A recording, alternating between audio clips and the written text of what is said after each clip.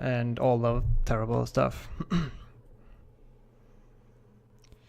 Alright, so I'm doing the Harry Potter and the Deathly Hallows Part 1 any percent tutorial.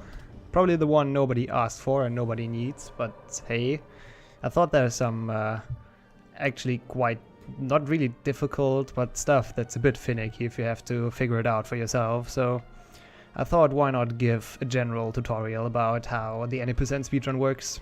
So yeah, in advance you don't really need to do much. I have all my options like on standard key bindings. I would probably not recommend a controller, since most of this game is like a third-person shooter, and if you're comfortable playing shooter games with a controller, sure, but usually mouse and keyboard is preferred to play shooter games. So we play on easy, obviously, since we don't get as much damage from other people. You can play on medium hard, but yeah, it's not recommended as well, obviously, because it gets harder. One other thing you should probably do before considering running this game or starting the run is to make sure you have like a way to force crash your game, because we need that later on to skip cutscenes. For most people, the standard way, Alt F4, doesn't work. If I press it, nothing happens. So you have to find like another way. What I do is just Alt Tab out of the game, and then on my desktop right click my taskbar and close the window. And that's basically the fastest way to close your game, and then you just reopen it. And we need that trick later on a few times to skip some longer cutscenes, since starting the game again and watching this annoying intro is shorter than some other cutscenes in the game. But I will tell those points or talk about those points when they happen. I'll probably, for the sake of the tutorial, to keep it short, skip most of the cutscenes, or cut them out rather, since we can't skip them in this game. But yeah, let's start. That's when time would start, once pressing easy.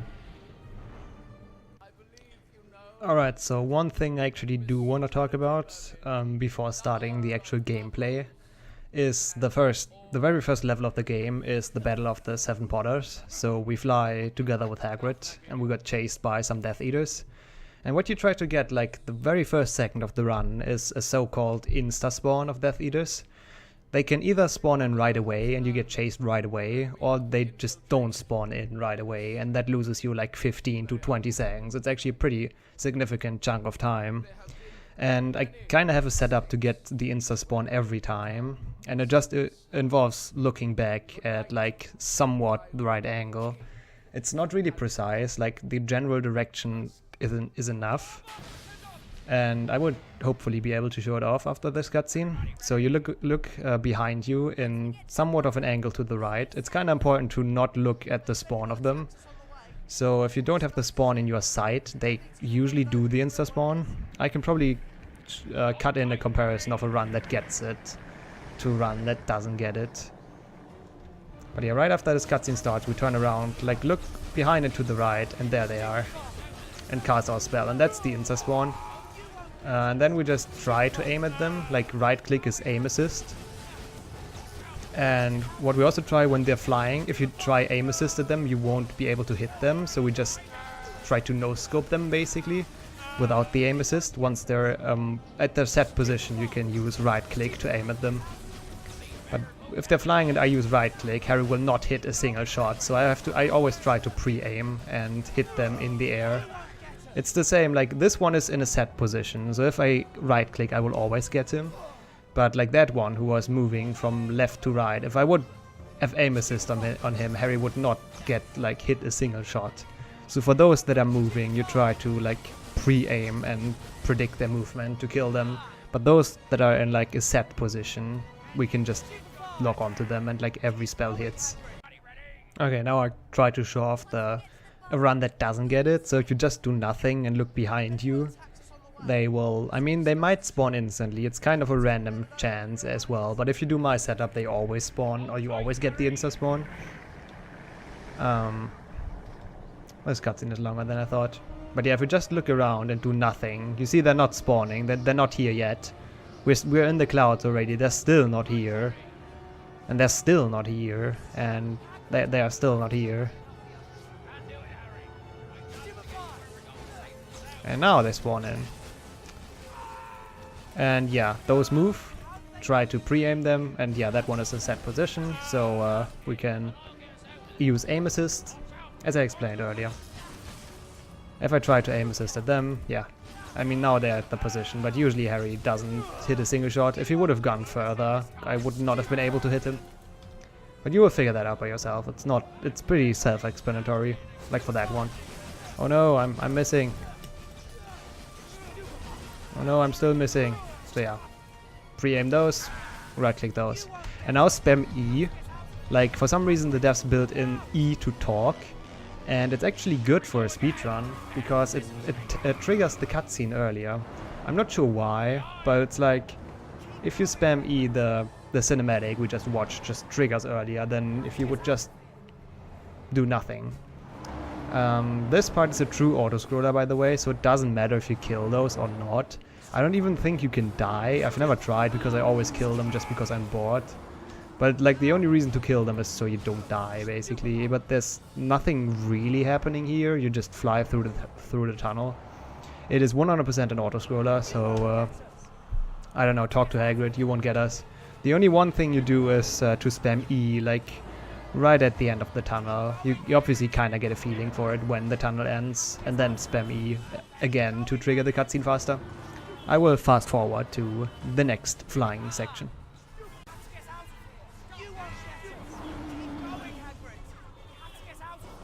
So yeah, there we have it. Like, around that section, that's the end of the tunnel. You can kinda see it coming, and then just continue spamming E. I just spam it all the time in the tunnel just to make sure. So this section is like, you don't have to worry about an insta-spawn. They will usually spawn right away. And it's just a really big wave of Death Eaters. It's the same as we did before. Kill them with aim assist if they hover at one spot. If they don't, try to pre-aim them. It's not really much different. That's the second part that's not an auto-scroller. So here it actually matters how fast you kill them. And every time you have nothing to do, like when no enemies are near, just talk to Hagrid. Just to make sure everything skips if it's skippable and everything goes faster. It's not the biggest time save. If you forget it, it's not too bad, but it helps. Last part of the first level, of the first flying, and now Voldemort himself chases us. This is also like mostly an auto-scroller, until the end. So the only reason why we kill those Death Eaters is just so we don't die. Same here, I have no clue if you can actually die during this mission, at least on easy. But I just kill them because I'm bored, and like, I don't know. There's no point in not killing them, I guess. But I guess you could just do nothing until the end of it. But the final goal of this challenge is to hit Voldemort. If I hit him now, nothing happens. Like, you don't really damage him or anything. He doesn't have a hidden life bar. But at a certain point of the level, you have to hit him once, and the level ends. It's pretty good to see usually on certain visuals. This tower is what I usually look at. Because when this tower is to your right, Voldemort is also at your right. And then you can trace him, he will go to the left. And I totally fucked it up. But if you do it right, you can hit him then. Oh my god, I'm terrible. But yeah, he goes to the right at the tower, then he flies back up to your left side, and you try to hit him as fast as possible once he arrives on the left side. And then one shot is enough to end the level. That was just really poorly performed on my side. But it's not too hard after you got used to it. Okay, so the second level puts us at the wedding of Bill and Fleur. And it's also like a super straightforward level. You obviously walk to the right as fast as you can, or as soon as possible, to trigger this small camera pan. Right now we can't sprint, so we can only walk. Obviously, like the general speedrunning thing, try to cut corners whenever possible, try to choose the most direct path. I don't think I have to explain that. That's like general knowledge for speedrunning. But one thing that we, I think, only do in this level, that Liam recently found, if you try to turn around, it's kind of slow because Harry is like doing this weird, he's not really turning, he's walking in a circle kind of, like you see here. But if you just turn around and press the F spell, which is 4 points, then you can press it soon after each other. But if you do that, he just instantly turns around. And we basically only need that after talking to Luna's father. You will see that. But yeah, we just walk up to him, slow and casually, and spam E, so the cutscene starts as soon as possible. Not much to that. And then we position ourselves, because we have to go back, basically. That's where our path leads us. So basically turn around already, wait until Harry stopped talking to him. Just have to learn the conversation. It's like pretty pointless stuff. He tells us to go to look for Mr. Weasley. And tells some stories about garden gnomes, I guess.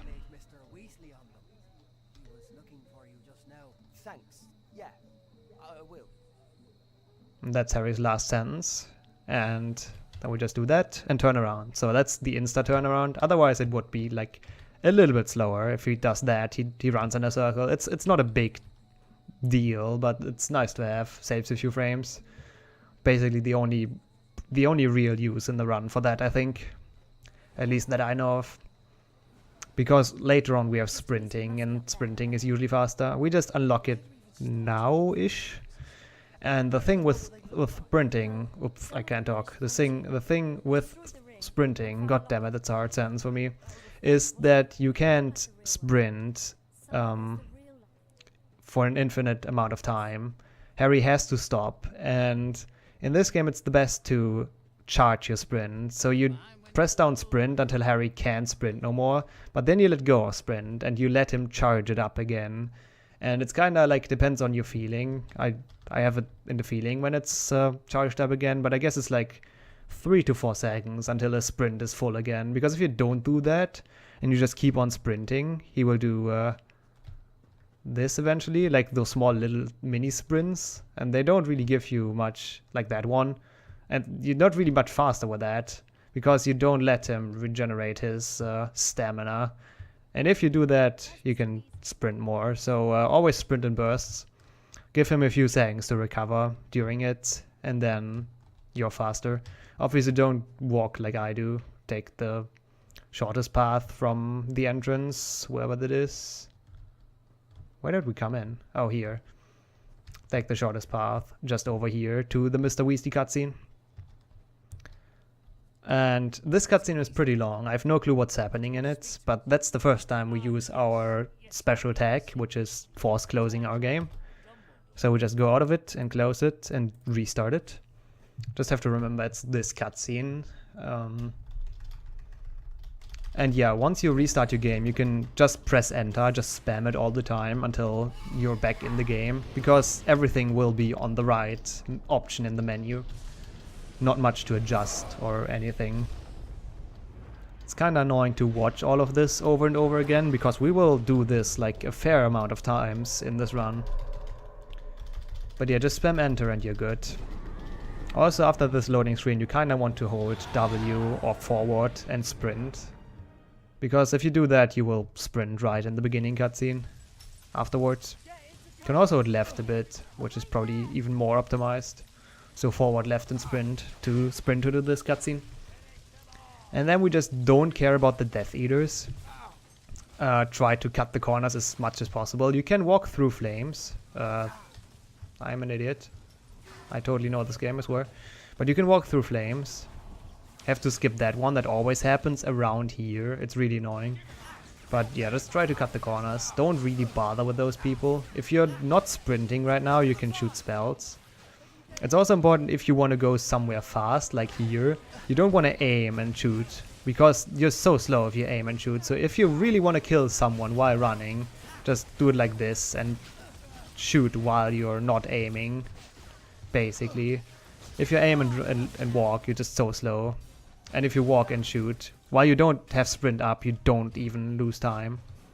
But yeah, every time you can sprint, do sprint. And if there's someone really in your way, just kill him like that and without aiming, so you don't lose speed.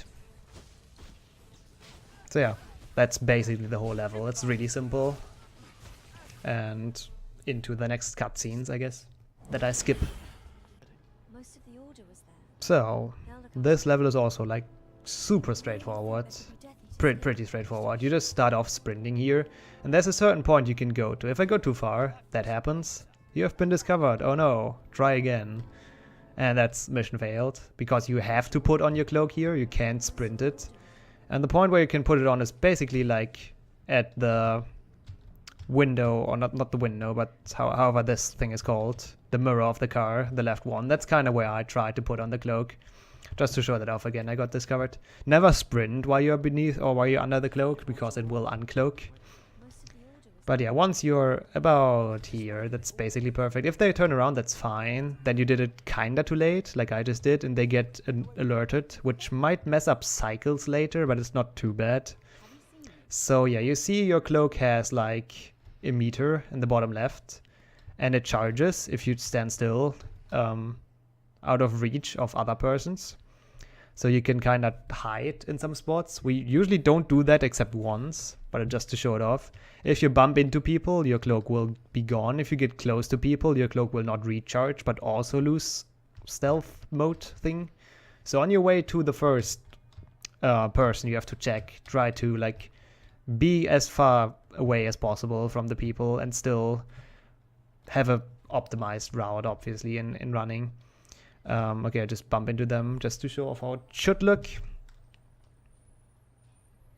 Without stopping in between. You basically don't really have to care that much about your cloak, except right after you talk to him. So that's about the best time to put on the cloak.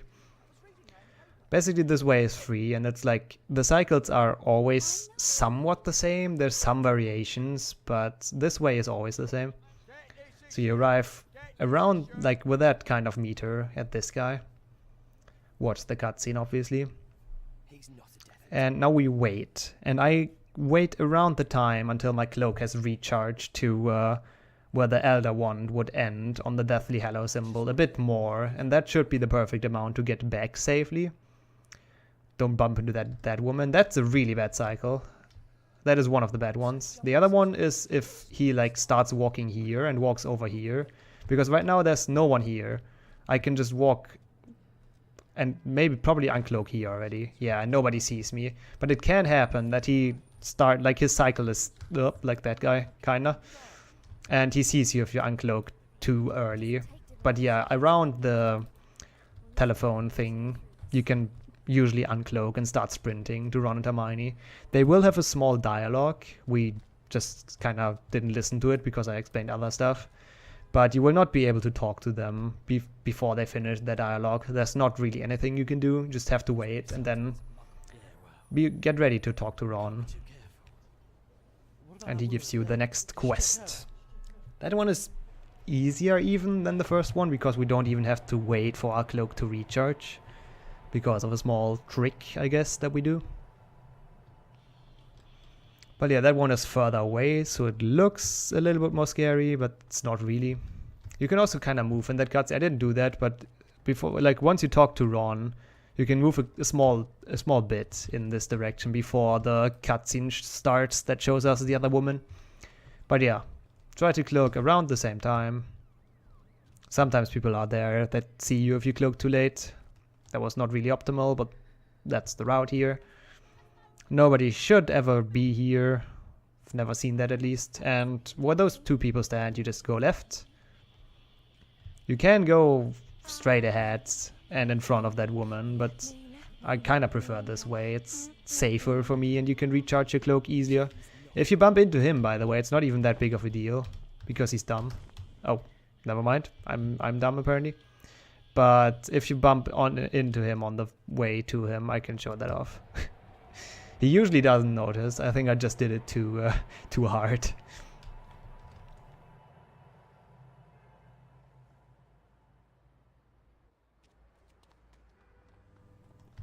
Okay, whoops. That was like an early cloak. Don't do that. But cloak around the same time again, obviously. And that's way better pathing.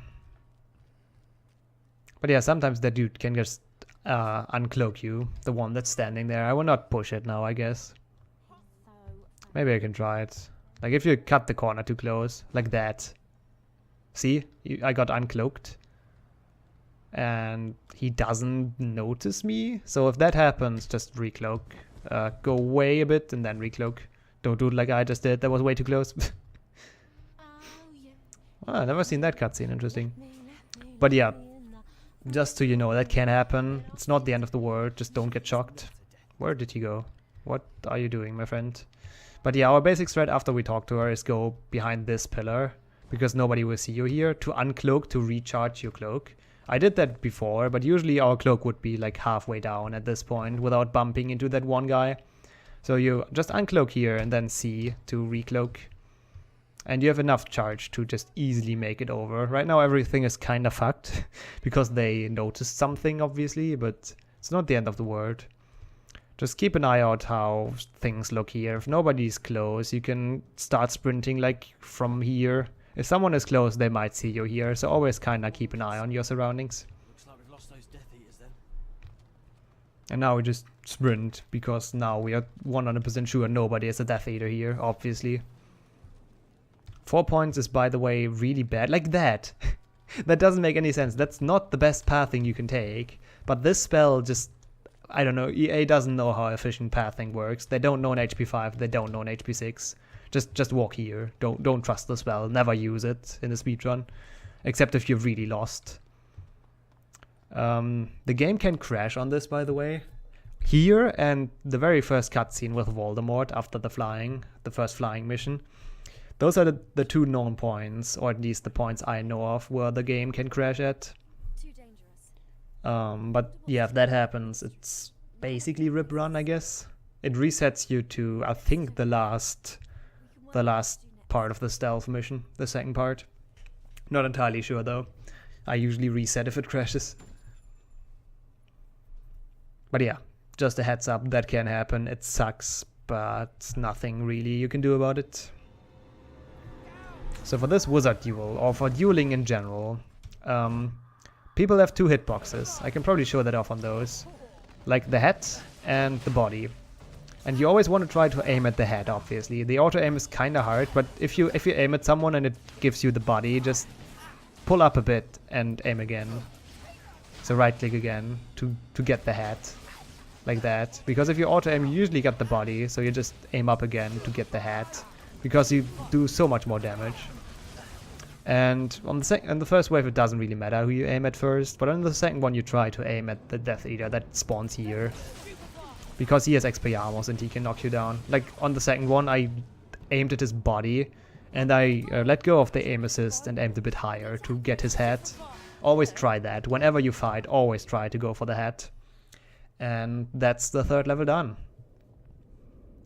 And it spawns us into Grimmauld Place. Okay, we arrived at Grimmauld Place. For some reason, it's now like a first-person game all of a sudden, and we can't sprint again. So in this place, it's kind of important to not get stuck on stuff. So when it comes to movement, like the hitboxes of stuff is weird, because your body is kind of bigger than it should be. It's hard to show that off right now, but like on this turn, for example, it's like this. It's so easy to get stuck here. So you just kind of have to get used to it. Don't take corners too tight or you get stuck. But yeah, that's not the way we want to go. But for later use. So for all the corners, don't cut them too hard or you probably get stuck. But yeah, the first way leads us down here.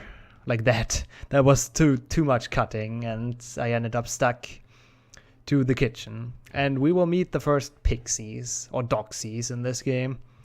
And doxies are really annoying. What you usually want to do if you have to fight them, usually you ignore them, but in this case we have to fight them. And you collect the thing that's laying here by pressing E next to it. And then on F4, don't ask me why, you have the doxy side potion. Where's the second one? There. And if they just fly around, I do nothing. Oh. I did not meant to do that. Please don't be stunned anymore. Okay, but if they just try to shoot them while they're flying, it's like possible to kill them, but as you can see, it's really hard to hit a single shot because they dodge and everything. So what the game wants you to do is select the potion and throw it at them.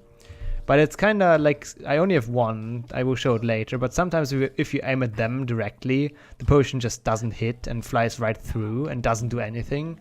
So what I always try to do, I get those and I just immediately throw them at the ground, because that will always work. Oh, you can actually get more, I didn't know that. Then we go over here, throw it again to the floor, try to get those potions, because they kind of get important for future runs. You can aim or you can just shoot without aiming, it doesn't really matter. Next one spawn, always aim at the ground, because that's like a safe hit. I can show it on those. Maybe. Like that. You know, if I aim at them. Okay, it actually worked. It's not a good example then, but you saw how far the one potion went. I'm not sure why it still stunned them, but like that one. That one wildly missed. I have no clue where it went. But yeah, so always make sure to throw it at the ground or against like objects. You can throw it against the wall as well, it works. But the ground is just the most convenient. If you pick it up and then immediately throw it on the ground, it stuns all of them and you have to kill them. As you saw, it's 4 waves. 2 pixies here, like 4 here, then you kill those 4, 2 new ones spawn in, or 3, you kill those, go towards the door, some spawn here, and that's basically all there is to it. After that we have to go up, and that's the one point we have to go to the next floor. You should have more than one potion right now. I just threw away a lot of them for purposes to show stuff off. And once we get into this room, what I do is I throw it against the bat, and that stuns them. And now we should have a second one. I don't have that because I wasted them, but you should not collect this one. It is here if you are short, but I should have gotten a second one. Throw it on the ground or somewhere on the bed, whatever. Doesn't really matter. Should stun them. 2 waves, kill all of them. Same stuff, basically.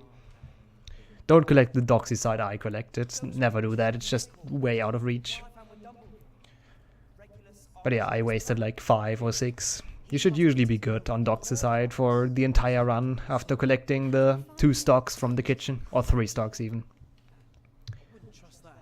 And you can also notice that for later, all of the like yellow glowing things, I don't think it respawns. No, but the Doxicides I picked up, the yellow glowing thingies, they will be dropped by Death Eaters as well later on, or just lay around in the level. So every time you see that one and it's in your path, be ready to spam E to pick it up, but never really go out of your path to collect anything. It's not really worth it. But every potion or pickup you can get that's on your path and doesn't make you lose an insane amount of seconds, pick it up, and it's useful for sure during the run. I will show off the other potions once we get there. Right now we only have Doxicide. Now the best part of the run begins. It is Creature, and he has like 2 cutscenes, and they are long. So we enter the first one, we quit out, restart the game, and you just spam enter again, like in the first forced quit or forced crash. Every time you restart the game, everything is in the right position, so you just spam enter until you are back in the game, basically. And once that happens, you spam another button, you spam E, right after the dark mark or the skull disappears, basically. Yeah, now the game starts. Now you can start spamming E, because there's a second creature dialogue. After the cutscene, you're supposed to give him the medallion thing. And if you spam E, you basically trigger the next cutscene right ahead, right after the load. And we quit out of this one as well. Don't wait as long as I did, I just explained something else. After the cutscene triggers, you don't have to wait for the Deathly Hallows symbol or anything, just instantly quit out. Close your game, reopen it, it skips the entire cutscene. We only have to watch this annoying intro screen again. But yeah, that's just how it is. After this restart, once we click away the skull again with enter, hold forward, W, because it will move you in the right direction right after you spawned. There it goes. From now on we can start holding W. I strongly assume that's your forward key, so I will refer to it as W. And there's a different place we have to go to. The, I don't know how the room is called, but it's here. Just have to keep that in mind, remember that. And we meet the Dementors, which are also like enemies in this game, kinda. And we have Expecto Patronum to conjure a Patronus, and they deal damage to us if we don't do that. So you can press it once and it gives you that one. If you hold R longer, then it's like a bigger ball of Patronus, and it's also stronger. Like this one is super small, and I didn't even hit it because it was just such a small Patronus. But if you hold R longer, you will definitely hit the Dementor in this room. And usually for Dementors, if you meet them in later levels, you see they have like the small graphical thing that shows you they suck on your soul and stuff, and that's when they start dealing damage to you. So whenever a Dementor's on your on Harry and tries to suck out his soul, only press R just shortly, just like that, and he will stop dealing damage to you and he will fuck off basically. Only in this room it's different. In this room it's just R long, hold it down 3 times, and that kills the Dementor usually. So the biggest expector you can, and just hold R down thrice, it kills it. We just unlocked Petrificus Totalus, which is on 3 on like your numbers on default. I don't even know if you can change it, probably not.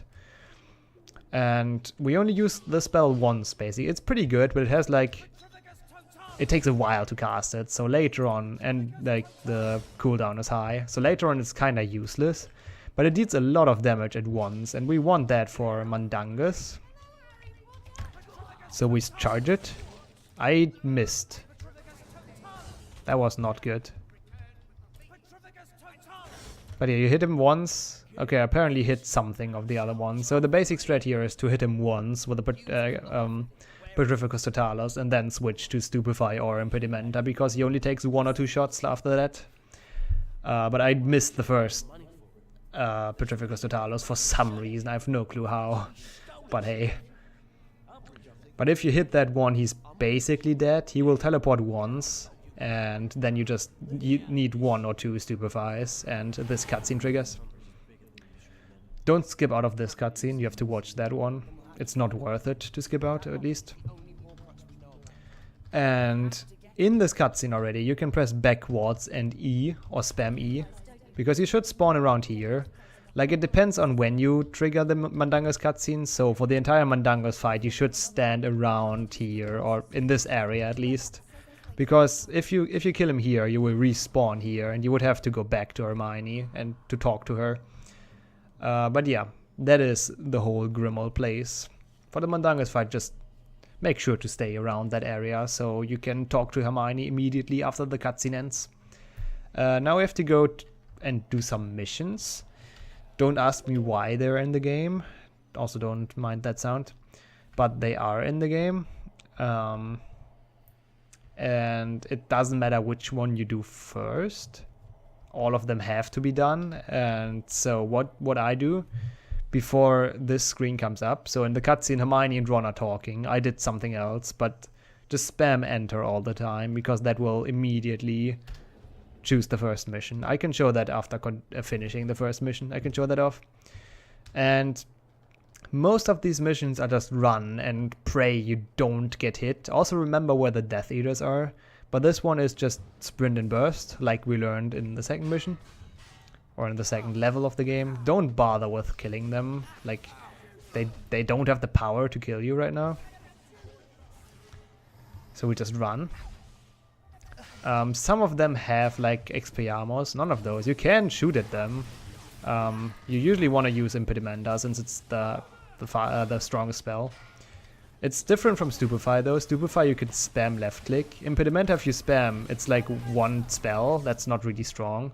So what you want to do instead of spamming it is holding it down for like a few seconds, for 1 or 2 seconds. And it gives you that chain spell, and that one is really powerful. It's way more powerful than Stupefy. And it's also fast, like it doesn't have a long cooldown, and it's a fast way to damage them. So that's our main spell for the run. Whenever you really have to fight, you use Impedimenta. And if you're just running and you don't sprint right now, you can always shoot at the Death Eaters, try to kill them, or at least distract them so they don't shoot at you. But yeah, here's the second one. There are like two strats here. You can either do the ballsy method, like this one, not this one, but here, and try to run past them, try to dodge the spells, take a little bit of cover behind stuff, and I made it. I'm surprised I did. I kind of planned to die, but that one is kind of risky. You usually make it, but let's say 20% of the time you die. The second one is here, after you freed the Muggleborn. There is this thing here, and that is a liquid luck potion, Felix Felicis, and if you pick that up, there's a chance spells miss you, like, and stuff, so it's easier to get past. You don't die as quickly and stuff. You basically have luck. Also take this, it's like a small shortcut. It doesn't look like it, but you can just walk up here and cut a lot. What I used to do when I started out running, and I think it's in my world record as well, is going all the way around here, and yeah. The small shortcut is obviously faster. Keep that in mind, by the way. We will come back to this level. We will be here quite a few times. They have Expelliarmus, those Death Eater dudes, so I kill at least one of them to prevent like an Expelliarmus into my back. It's not, you don't have to, obviously, but if you don't have sprint up anyways, you don't lose time. Also here we have the Mentors. Maybe I can show off what I meant at Grimmauld Place if someone would attack me. So yeah, now he has this trail. You see he attacks me, and if I do just tap R, he pisses off and he stops damaging me. You can get that one. It's not too far out of the way, and garroting gas garroting gas is not too bad. You don't have to though as well. You will pick up a lot from Death Eaters you kill during the run. Here you have to be kind of careful because one has Confringo, one has Expelliarmus. I always try to shoot a little bit at them so they don't distract me too much. Nice. I mess up everything. But the general idea is to obviously shoot them so they don't shoot you. And then spam enter here as well. So the next mission starts immediately without you losing time. It's the same concept from the start. The one right after the rock has Expelliarmus as well. So make sure to kill that guy or he will shoot it in your back. The other ones are kinda irrelevant. They don't do enough damage to really kill you. You can kill them like when you can sprint anyways to get potions and other useful drops. But yeah, it's usually like you can just run. They don't do much. But just keep in mind which wizards have Expelliarmus and which ones don't, because the ones that have Expelliarmus, you want to kill those. Expelliarmus knocks you down and that's slow. So for those, like now we have to fight. We still use Impedimenta, the same method I showed earlier. And also still try to aim at the head, obviously. If the game gives us the body, I always try to re-aim at the head, because it's just so much better, it deals so much more damage. And yeah, you just kind of have to learn the pattern. They start out spawning there back then. It's basically just a big battle royale, not much to do. After they finish spawning here, they spawn here. Two of them, some of them come from here. Just have to learn the patterns. They are always the same, like it's not random where they spawn. They always spawn in the same places. So you can really memorize that one. Where's... oh, I didn't see him. I thought he was one of my allies. Where's the last one? He just died. Okay, cool. Now they should come from here again. Yep. That one likes to nuke himself for some reason. Yeah, there's really not much to explain to this. Just learn where the people spawn or not. It shouldn't even be too big of a deal if you don't. And try to aim at the head at all time. Try to use Impedimenta at all time. It's by far the strongest spell for all distances, and it's fast, it's strong, it kills people. It's all you have to have to know about the spell. Like Stupefy, I think I killed all of them, right? Yeah. Now obviously start spam enter as well, so the mission starts immediately. Dragon Cave is a bit different. It's kind of an interesting mission actually, compared to the other two, because the other two are just boring as hell. So for the dragon, for the first one, you kind of want to go behind this one, because his fire knocks you down, and then you wait until he did his fire and you sprint. That's like how you would perfectly do it. If you don't do that, yeah, that happens. If you time it wrong, then you get knocked down. Like that. So you hide behind the thing. You basically wait until the fire appears. Like that. Now I saw the fire. Now I can run. Now it doesn't knock me down anymore. And that's how you get past the first fire breathing without getting knocked down. And then obviously just run in bursts, as we learned. Nothing special. Here we have like a small power-up. It's... I got stuck. That was unfortunate. I have no clue what I got stuck on, but usually you get here without getting damaged by the fire. It's a fire protection potion and you can just run through it.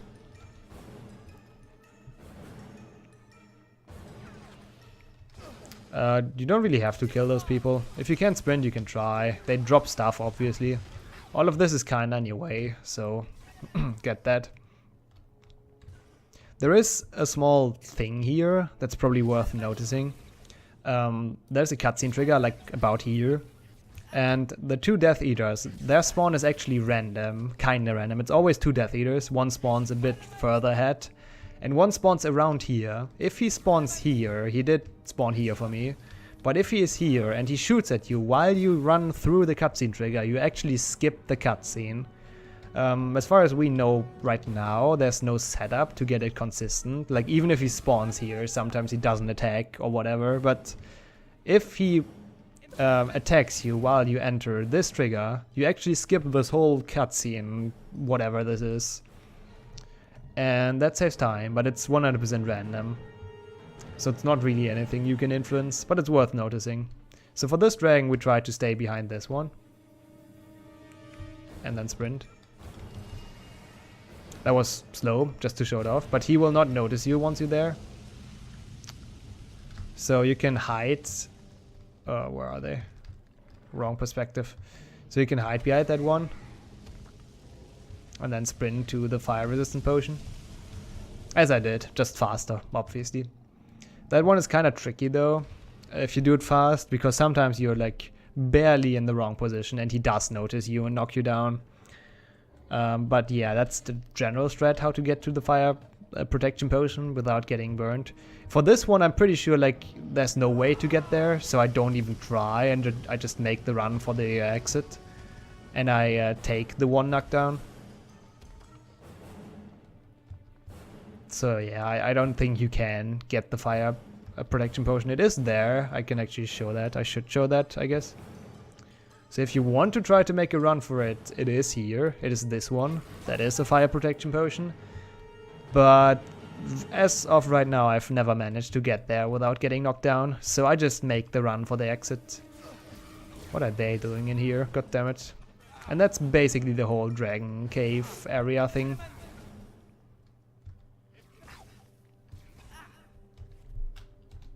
And spam enter. Oh no, you don't even have to spam enter. Just right in the cutscene. Okay, so the ministry quest, sneaking into the ministry. This part is actually really hard and a big choke point for the run. I will show off a few strategies though. So it's really important, I pause for a second, to select Stupefy once you can. I've seen it work with Impedimenta before, but I don't know how that works, because every time I try it, it never works. So make sure to now select Stupefy. So what the game wants you to do is to get to follow Catamal, I think that's his name. So the game wants you to follow him, and when he's alone in like a separate alley, you're supposed to subdue him. What speedrunners do is to get close to him in like somewhat of this angle. That's a pretty good angle. Behind him and a little bit to one of the sides, the left one preferred. And then you try to aim at the head. So the middle of your screen should be at the head. No, I'm too far away. It's hard to show off if you don't do it in one fluid motion, but like this, I guess. And then just aim, like right click and left click. And that didn't work. I will show it off like faster because that was just fucked because I tried to show it off for the tutorial. But that's the basic thing you would want to do. If you get discovered like I just did, they like just get killed. You can help by throwing exploding potions. But yeah, now I show how to do it. So select Stupefy, sneak up to him in this angle. Yeah. Get close to him, his head like in the middle of the screen. Make sure to collect the polyjuice and then immediately cloak again. They will not know where you are. You can go around here because make sure to not go too far to the left or she will walk into you. And it's the same idea for her as well. So that is the fast speedrunning strat. We can do it the same for her. I totally fucked it up though. But in theory that's the same thing. But as you just saw, it's not super consistent. It's kind of hard. So if you want to die, you can help out with some exploding potions.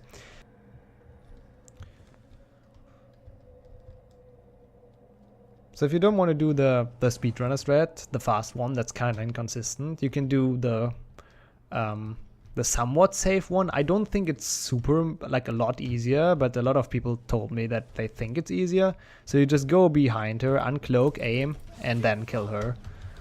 So you uncloak, aim at the head, and then kill her. Or subdue her, I guess. We don't really kill her. PG-16. But yeah. Those are the two strats. I will do the fast one for Rankon. He's actually the easiest one. Like, it's really hard to fuck or mess his strat up. So you just go behind him. Spellcast. You got him. Collect everything. And then you run here. If they discover you here, it doesn't matter. But you drink the potion. The basic idea is to... those two strats, as I showed. You either go really close to him and then... immediately aim and cast at the head, basically. You try to aim at the head while you're beneath the cloak, under the cloak. So the head is like supposed to be around the half of your screen. Because if I like look down here and the head is too far up, Harry aims like that. So you want him to aim like this when he gets out of the cloak, so he hits the head fast. And the slow strat just uncloak behind them, aim at the head, shoot, and get it. Make sure to actually stand behind the person and not behind and to the left like we do for the fast strat, because they will uncover you faster and it might not work. But if you're actually directly behind the person and aim and shoot, that is the super safe strat. That should always work. But yeah, they probably discovered you or uncovered you. You just go in here, everyone is chilled out again, and you just don't do much except sprinting to the toilets. As the weird guy we are right now, Rankon or something. Make sure to not spell. I can actually show that off. Like I did that on accident, on actually, I think on my Octofactor. And everyone goes mad, which might not even be that much of a problem, because you can still make it to here. And you can still make it to the toilets, and you can go down. But this is where the cutscene trigger is supposed to be. Like right here, the cutscene should trigger, but it doesn't. Because everyone is mad. So you can't even progress. Though that's one of the things you should make sure to not do. Under no circumstances shoot or do anything else that's suspicious.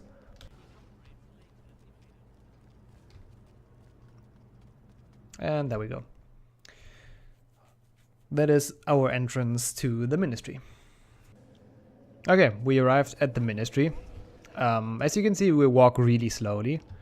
You know, he's just casually chill walking in his workplace. So you might think, hey, if I spellcast, I can sprint. That's cool. I'm super fast. I can go here. But nope. The cutscene trigger isn't here. This person is supposed to come out of the elevator and talk to us. That cutscene trigger isn't here. So make sure to also be stealth. As stealth as you can be, to not trigger them. But still, we're super slow, right? So if we walk sideways, we are faster. Oh, we can't even walk sideways. But if we aim and walk sideways, that works. And that's a lot faster than just doing this. So once you arrive here, just start aiming, because that's not suspicious for some reason. And then you can walk sideways, and he's actually pretty fast. And after learning it a few times, it's like 3 of those chimneys, I guess. You spawn here. So if you got past 3 of them, 1, 2, 3, you can kind of cut that corner, and then follow this thing. That's what I use for orientation. Oh, I should not have spellcasted. But yeah, that's the one I use for orientation. Or just this corner is probably even better. 1, 2, and the third one. Cut that corner a bit. Follow the thingy. There will be a thing in your way, that's it. You just have to go a bit backwards then. I always walk into it and then do a bit backwards then. And cut this corner as well. And that is where we want to go. And now the cutscene triggers here. But afterwards, what I just showed off as well, you're way faster if you can sprint, obviously. And you gain sprint if you do suspicious stuff like spellcasting and Protego. So right after this cutscene, coming out of this cutscene, we just spellcast. Just left click any spell, it doesn't really matter. Probably not Petrificus Totalis because it's super slow, but Stupefier and Impedimenta both work. And that will give us the ability to sprint. So just press left mouse button, click it. And then we turn around, sprint out of here. And this time we don't have to wait for any cutscene trigger, or we don't rely on any cutscene trigger. That's why we can do it. The Polyjuice person runs off here. Make sure to not run this part. If you try to sprint this, you might make it, but the chance is like super slow, small. Because there are a lot of Death Eaters here actually. So what you want to do is just stealth behind those. Go here, that's where the trigger is. That was bad. But not even the end of the word probably. But once the message shows off, the middle left will bring you to floor 1. Then you know you did it right. If you get discovered, just go behind the bookshelf and stealth again. But ideally don't run into someone. I can show off again how it works. Stealth around there, like I stealth at the top of the staircase. It doesn't really matter, just make sure to don't stealth too late, so they notice you. You can easily get past here, it's not even tight, like it looks kinda tight, but whatever you do, there's a lot of space behind her. And then you want to get that message on the bottom, on the top of your screen. Uncloak here to recharge it. If they see you, it's not a big deal. They would get alerted, but you can usually sneak past them pretty well.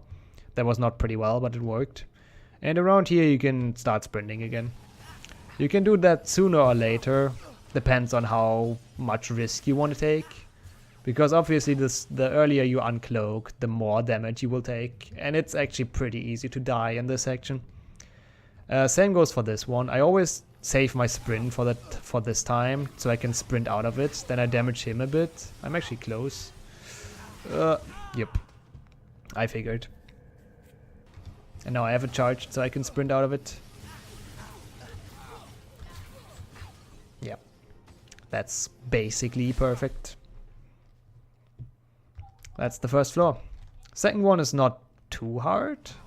You kill that one because it's just in your way. You can also aim at that one, it doesn't really matter. The trick we did, I told you earlier. And here, we kind of have to go like here to get the same message on the top. Umbridge is not here, search her office. We can just enter her office. Sometimes they block the door like this as well. You can use Protego to knock them around, or just use an exploding potion. But Protego is probably the best. And after that, it's just a big running game. You have to memorize these offices. Killing her is pretty good because she does a lot of damage. I just died because I got stuck somewhere. That's a great tutorial, just messing up everything you can mess up. Just to show you guys that it's easy to mess up stuff, obviously. But you can kind of see which office you can go into by the light shining in front of it. Dying here is not too bad actually, because every office is a safe spot. But yeah, you see, get off here, get away. I want to show off something. You see the light coming out of those. This one and the one over there and this one, they both have light in front of their door. The others don't. I shouldn't die. So that's how you know which office to search. It's pretty obvious in my opinion.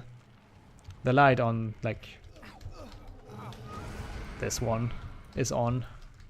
This one. It's not for the other ones. So you just go around in like a circle to the right. Go into all the offices. Every time a Dementor is doing damage to you, just do this one. Or just tap R or whatever you expect the Patronum button is to get rid of him. He will stop chasing you. And this is where the exit is. So this area is pretty simple. If you don't get stuck on anything, that's why I died. Next one, actually important. Start sprinting in this cutscene, and you see that one guy we see in this cutscene. He's on a cycle. What you want to do is press your Protego button right now already. Spam it. So coming out of the cutscene, he casts it, and that will confuse him, and he will stop here. He will stay there. If you don't cast Protego, he will continue his cycle, and you have to sneak around. It's not that big of a deal for him, but running into the cutscene and then casting Protego always stops him. Oh, okay, he won't stay there apparently. Let us do that again. We'll always stop him there. And that's like the perfect place where you can just go through. You don't want to fight those. That's one of the sections where wherein the cloak is actually faster, because otherwise this door will shut, and you can't go through it until you defeated all of the Death Eaters. And sneaking is faster than defeating all of them. Next section is kind of the same. You wait until the guy is gone, run up here, Protego, and cloak again. That will also stop him here. Otherwise he's on a really bad cycle for you, and he will probably bump into you while you try to go through the door. So run up to the corner, Protego, they will all stop, and you have like, it's easy to get through. Once you're at this door, you can start sprinting. That was too early. Or like here. Okay, I have no clue where he came from, but you can start sprinting into this cutscene. Okay, so for this part, you just run basically. Try to dodge their Expelliarmus spells. It's always the same guy. He's always there. He always has Expelliarmus, and same for him. So you try to kill them while you don't have sprint up anyways. After going across you can use 4 points here because it's kind of confusing. But after going across the second of those, like, let's call them islands or whatever it is, I have no clue. But the second of those things, like the first one is back there. And after you got past the second one, that is when you have to turn right.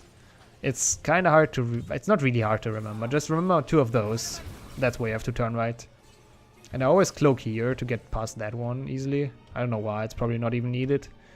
And then you just run here. Don't bother cloaking here, it's just easier to kill them while running. Aim at the right one first. I forgot about that, because he has Expelliarmus. And then the door opens. The Mentors don't count. But yeah, don't bother sneaking past them. Running is just way faster. Just kill them while running towards them.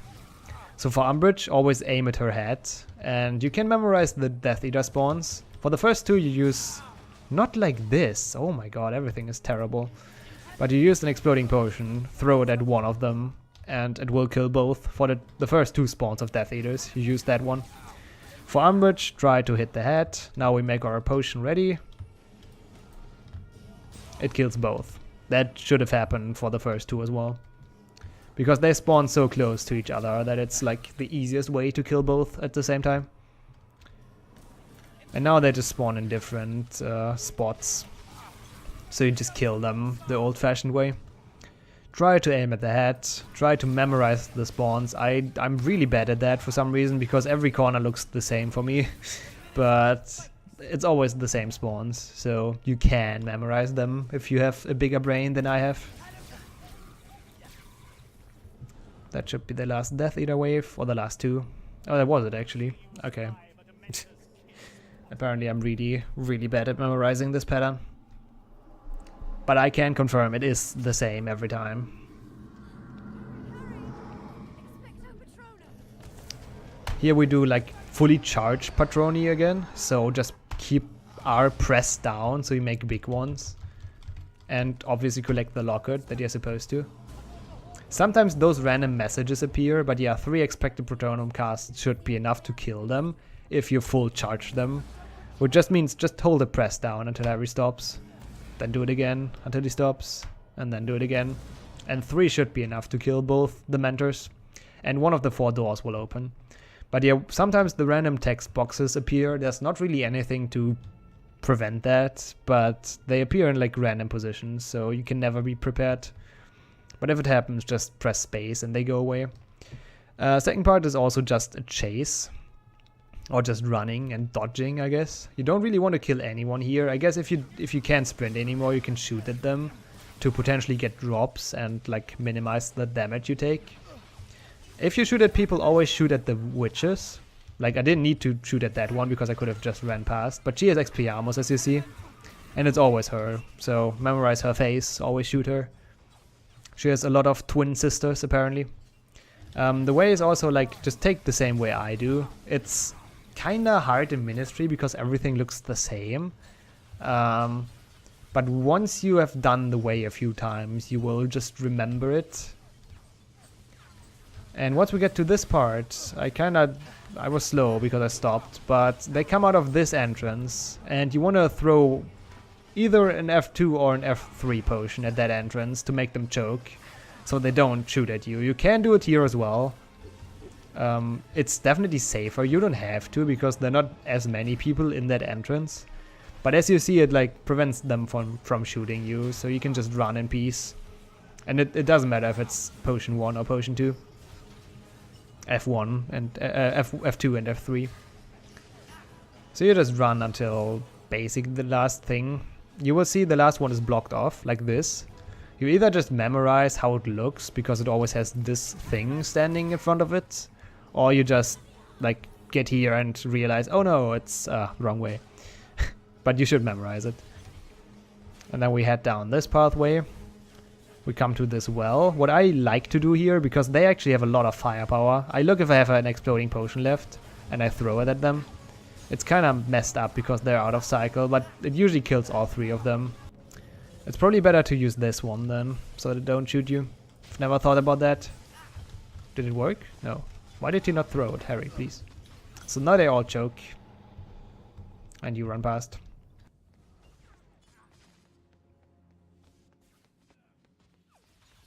So yeah, use an F3 potion, don't use exploding potions.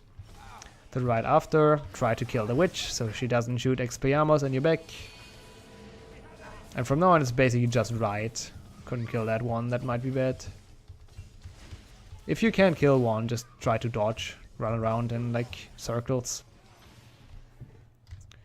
Hold W and sprint out of that cut, or out of that load to immediately start sprinting into the next cutscene. It's the same like we did earlier for the table. That's really unfortunate, by the way, nothing I can do about that. But here is like also a really big gap in the barrier, so you don't have to go all the way around the well. What I like to do here as well is to first of all shoot that guy, so he doesn't Expelliarmus you. Don't know where that came from, to be honest. And then go like behind here to take cover from like Expelliarmus and Confringos. Or not. But that's the general idea, to run behind here, to not get hit that much. Okay, that does sound like Dean Thomas run. So yeah, we're at one of the best levels for any percent, in my opinion. One that has the biggest out of bounds in the whole game, which is probably the most... Yeah, it is the hardest part of the run, in my opinion, this out of bounds. So yeah, that will be fun. No worries if you don't get it that fast. It is like not super precise, but pretty precise, reasonably precise. I like to kill those guys. Not really a big reason behind it, but so just don't annoy me later. Don't care about those pixies though, or doxies. But yeah, don't be sad if you don't get the trick like first try every time or something. It involves a lot of practice, so I always kill those spiders with a potion. Then I try it a few times, and then if I don't get it first try, I'd kill those as well, because they do a lot of damage. So I would probably recommend killing all of them.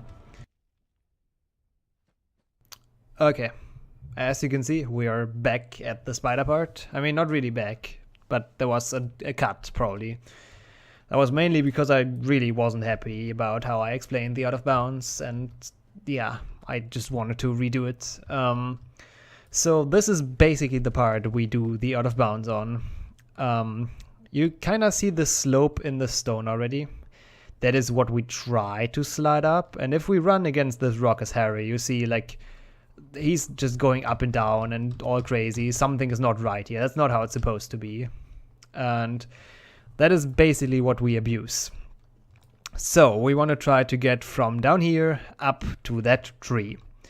And the setup I can give you is not 100% consistent. It can happen that you need like 2 or 3 tries.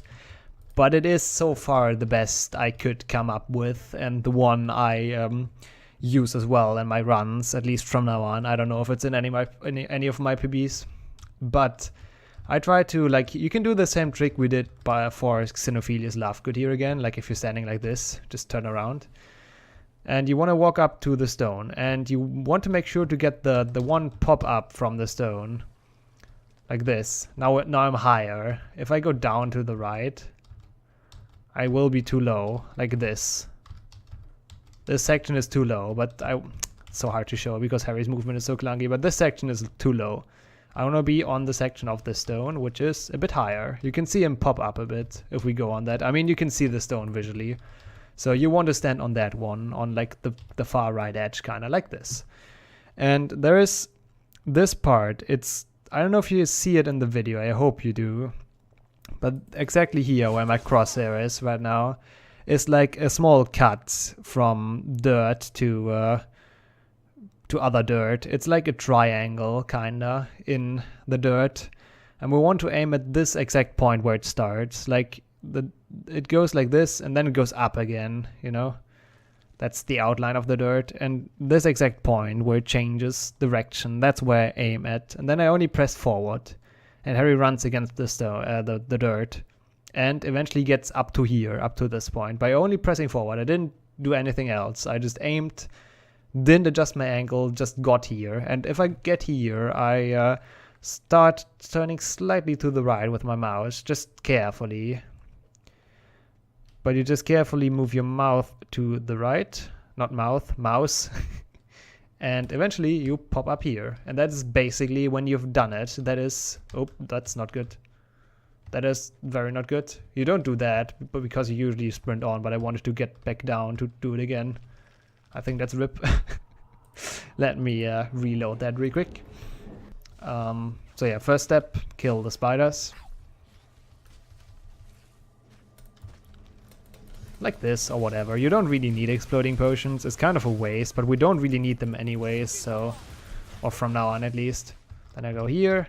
We turn around with the 4-point trick. Make sure you get the pop up on the stone. Like this. Now I'm standing way higher. And this is the spots. This one here. And then just press forward. And he will get in this position. Slowly to the right with your mouse. That might not be good. Maybe it is. No, it's good actually. Yep. And there we go. If you... Oh, god damn. Okay, I didn't soft lock this time. Now I'm on the other side. God damn it, I hate this out of bounds stuff. But that usually doesn't happen if you just do the normal trick. I just try to get back down again. And it is pretty consistent, considered to what I used to do. Or compared to what I used to do. I didn't kill the snake, spider. God damn it. So we get the pop up, hopefully, or not. It's not even the hard part. I can't stand on the stone right now. There we go, I think. Yeah, that's good enough. Aim at that spot, just walk up. There we go. And if we go super fast, it doesn't work. And if we go too far, we eventually fall back down. Oh my god, how does it still work? Okay, never mind. Don't listen to me. Apparently the setup is just idiot proof. But you can fall down if you go too fast, so you don't have to go super slow with the turning to the right, but be a little bit like patient with it, I guess. A little bit considerate. So yeah, we go up, we aim at this exact corner. I hope you know what I mean right now. It's also kind of like that won't be always be like that because it's kind of angle dependent, but if you look at the tree, the left side of it, the left side of the tree, when that's like in the middle of your crosshair, that also works, I'm pretty sure. Yeah, that was not a good angle apparently. Not 100%, as I said. That looks really, really weird, yeah. Why do I pop to the side? That's weird. Can't work like that. Stop doing that, game, please. There we go. Then we move to the right. Oh, there we have it. Yeah, that's what I meant. That's what I originally wanted to show. If we go too fast, then that happens. You just fall down without popping up there. But I don't know why it worked last time. It's really weird. But yeah, if you're in this state, it's basically good if you're like careful. If you notice you go too far to the right, just aim to the left again and try the thing again to go to the right. Just don't go too far to the left and you should be fine and eventually pop up. So every time your cursor goes too far to the right, like this is the maximum I guess you can go, then just go to the left, adjust again and turn right again. So that's the basic trick. I will do it one more time because you can't do it enough in a tutorial to show that it's consistent enough at least. We aim at this, we eventually slide up if we don't have a bad angle. At least you realize that you have a bad angle like really soon or really fast, because it just nothing happens and then you can readjust. That's a weird one. But yeah, it will never be like always a first try, but it is as good as you can get it. Once we're up here, we slowly turn and pop up here. Cool. So that's the basic of that trick. That's the setup I find the best for this. And as you see, it works like at least after 3 or 4 tries. That's like the maximum. So we are up here. What do we do now is the question.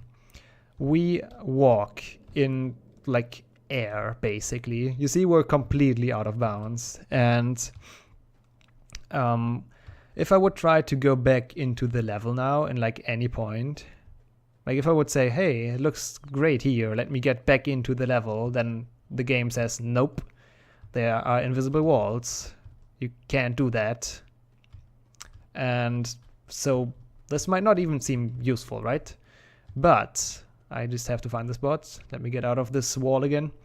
We found a spot where it is useful. So you actually enter this wall. I will show that again as a full motion. So it's easier to understand. So that's where we come from, right? That's where we did the out of bounds back then, back there. So we just got out here. Sprint and burst as well, obviously. It's basically just like we're running over normal concrete or whatever. Enter this one. And you see a few parts of collision or whatever, not even collision, just texture flying around there. So you head for those. For this cornery thing, which is like the last part of texture that exists for some reason. And you just walk off in this basic direction. So like in basically the direction this corner points you in, you just walk off in it and sprint in bursts and just chill basically. We will walk for a while. It's quite a long walk actually, but it's super safe. It doesn't even have to be super precise, the direction, but just basically the basic direction in what the texture points you, as I showed you. And we will end up here, and this is where the final zone of the level is basically. That's where the trigger is. You can trigger that from the air sometimes. I am not sure how that works. But sometimes if you hear, I think it depends on how low you are. I guess it's kind of RNG, to be honest. But sometimes you just walk over it and you trigger the end. Then you're lucky. If that doesn't happen, then it's not too bad. You just run next to the mountain. And once you get close enough, you pop down like this, and you're back in like collision kind of, and you just run down. Run down. Nice voice cracks. And did I just soft block? I did run down a really unfortunate spot apparently. Now we do it right. So I think I'm not sure where the loading zone starts, but I think it's like around here. So you just want to pop down here and then walk down. And should be here. Yep, there it is. So just take it safe so you don't soft like I did. Because that's awkward. And that kills runs. But yeah, that out of bounds is the hardest one. So after you got past that one, congratulations. The rest is definitely easier than that one. It is really annoying. So we're at Dean 2. What I like to do is just randomly throw a potion at those to make sure they don't kill me. You don't always kill all of them, but you can just kill those. They won't really kill you if you don't do anything, but I just want to avoid damage as much as I can. So usually we just go over here to have good pathing to run through the level, because that's what this level is about as well. Just running and dodging Death Eaters. But there is one thing here that I thought people should probably know about, and it is like the Lazar out of bounds, I just want to call it. I think you found it. And I am not sure how it works, and I won't even try to explain it in a tutorial, but the basic idea is to get up this fence somehow. I know I was consistent at that, but I don't remember it at all. But I will cut in Lazar's run, or his PB where he got it. So you get up this fence basically, and then from that you can go out of bounds and skip the level. So I decided in the end to not include it, since it's not really a tutorial thing, but I will link it in the description with a timestamp. So if you're interested to see how that trick looks, just look into the description, and there should be a link if I didn't forget it. Okay, so that's, you can go for that if you want to. It is crazy hard. I got it like, let's say twice out of 200, 300 tries when I actually did go for it. In practice, but I never went for it in runs because it's just an inconsistent, terrible trick. But I just wanted to mention that it exists in case you want to go for it. So what people that don't want to go for that do is just run here. In theory, what they do if they get too close to you is this, and you have to tap E to get out of it. So what I do when I run close to them is just to shoot them with Stupefy, so they kind of flinch and don't attack you. Like this. Oh, I missed one apparently.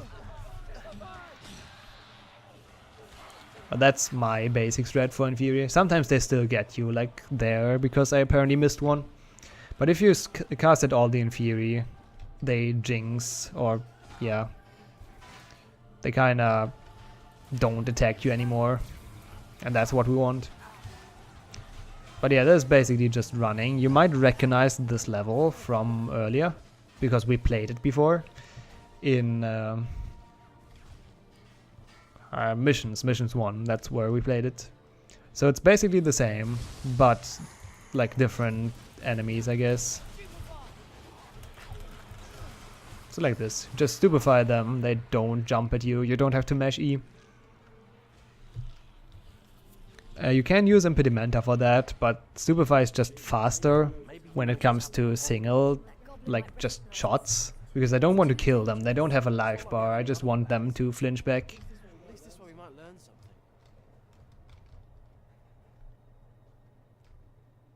And in case you're wondering, like it might look like the Lazar strat and the out of bounds saves a lot, but it's actually not as much as you might think. So you should probably only go for it if you consider going forward like it.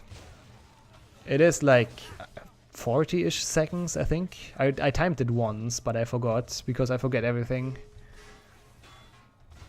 But yeah, this is just running, just chilled running. You can't really die here as well. It's just, you have to know where to go. This path is the fastest. Try to kill that guy, because he has Expelliarmus. There we go. That's kind of the one important thing, or he will knock you down eventually. Also this, you have to aim at the barrels, or at one of them preferred. I do the left one, doesn't really matter.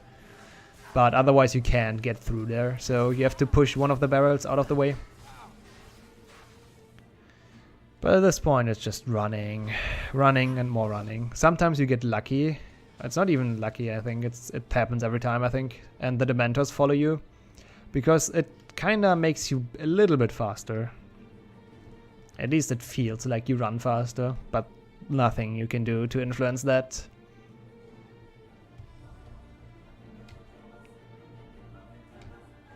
But hey, at least we have epic music, right? At least the game can do something. That was bad sprinting, by the way, on my side. You saw he didn't do the full sprinting he could have done. He kind of stopped earlier because I didn't give him enough time to charge stamina. Also, Dean walks like a zombie. Just wanted to point that out. Now we have to go back because level design. What I like to do here, just to stay safe, is to Confundo one of those. So they battle each other. Confundo is actually like a pretty strong spell in general. It allows you to not care about... That's kind of bad. It allows you to not care about people. And you only need one shot for it, basically. Only like downside is that it has a long travel time. And basically a small mini cutscene in between. So that's kind of annoying, but otherwise it's a pretty good spell to use. In most situations. So this is where the Confundo is. It is on the most inconvenient button ever, which is 8 for me. And I'm pretty sure you can change that. But yeah, you want to destroy those rocks. You actually kind of want to destroy those rocks as well already, because we have to go back. I just figured that out on the run. They might respawn, then I said nothing. I've never done that, but that's actually fast, because later you will have some problems blowing them out of the way. So if they don't respawn, that's fast. So let's hope they don't. And we're close to the second out of bounds in this level, basically. This one is not as hard, like by far not as hard, and not as spectacular, I guess. But first of all, we have Whomping Willows. You saw what I just did was casting Protego. If you don't do anything, you just get knocked down. You can't run through it in most cases. Rip Hermione. So if you try to sprint through it, I can't sprint. But even if you try to sprint through it, it doesn't work most of the time and you get knocked down. So you don't want that. What you can do is obviously cast Protego all the time and it doesn't do anything. But if you want to go fast, you kind of have to time it. And you want to press it like a moment before you would get damaged, so like now. And then you can continue running. It's just timing, getting used to when you would get damage from the Whomping Willow. And then it can look like this. And you can continue. That is like ideal Willow pathing, I guess. Just a small stop to chill. Like this. Okay. So this is where the second out of bounds, Rip Hermione again, happens. You see this one is also kind of sloped again, right? And if we walk up to it, we don't get up though. So what you have to do is to sprint up to it. And then with a few adjustments, just sprint up to it and press left and right a bit. And Harry should get up there at some point. Oops. So you sprint, press left and right input, like tap them, adjust it a bit. It's like a really generous angle. Oh, there we go. So it will happen after a while if you just run up to it. It's just about getting a feeling for it. It's not really hard. For this tree, it's important to go around. It has a weird hitbox, so that's kind of annoying. The cutscene down there is like 40 seconds. If you want to go fast, you can just sprint around it here, up here. Like this. You heard the cutscene kind of start, but we skipped it. Don't know if I can go back. Yeah, that's the cutscene. Wanted to show off something else. But now we have to watch it. It is pretty long, so the out of bounds saves more than you would think. I think Dean and Griphook are actually supposed to walk in this cutscene, and we just deloaded them or something. But yeah, it's a long cutscene. You don't want to watch that on your own. That's why we do the out of bounds. What a nice bridge.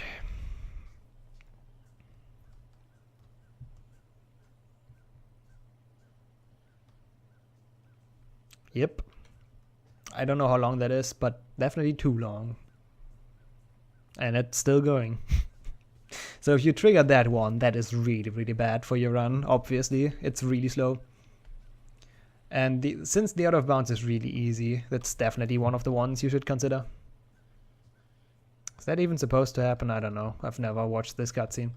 But yeah, what I wanted to show, if you do what I just did and ran over it, it can happen that you trigger the cutscene. It is kind of risky to do it like that, because it, like, if you don't do it right, you can slide down here or something, and that triggers the cutscene, and that is really bad. So if you don't feel comfortable with that, you can do the safe strat, which is just aiming and just walk sideways over it. It is obviously much slower, as you see, but it is also much safer, since it, like, you're not in danger to clip down too far. But yeah, a lot slower, a lot safer. You decide what you do. You either run or aim and sidewalk. Just to show that off, that's also a possibility. And once we enter the stone bridge, there's a cutscene we skip by force closing our game once again. We've done that already, right? Or before, at least. And yeah, this level is great. We have to go all the way back. I mean, yeah, actually all the way. Because reasons, level design. So if you try to sprint a Whomping Willow, that's what happens, by the way. It's not gonna work. Don't try it, guys. Getting knocked down is always slower than just casting a quick Protego. And you want to kill that guy, because he has the XP armors. Ah, that was bad. And you don't want to kill all of them, by the way. I see some people using Confringo there, but if you kill all of them, that spawns in another guy here, like he's up there, and he has XP armors as well. So you want to kill the guy that has XP armors, but not the other two, or at least leave one alive, so no additional enemies spawn there. Ah, the rocks respawn, damn. So forget what I said earlier, it's not a good strat. Confront one of them, so they try to deal with him. Like for this one, there's, yeah, random pop-ups. There's one to the left, try to confront that one, because he has Confringo, and that, yeah, that was bad, and that knocks you down. So you don't want him to shoot it at you. You want him to shoot it at other Death Eaters. But yeah, after that, you just continue to run. Make your way back to where you came from, basically. So once we enter this reactor thing, I guess, we are supposed to go back to Hermione and tell her we found a great place to build our tent. Oh, there we go. We need the message on the top of your screen.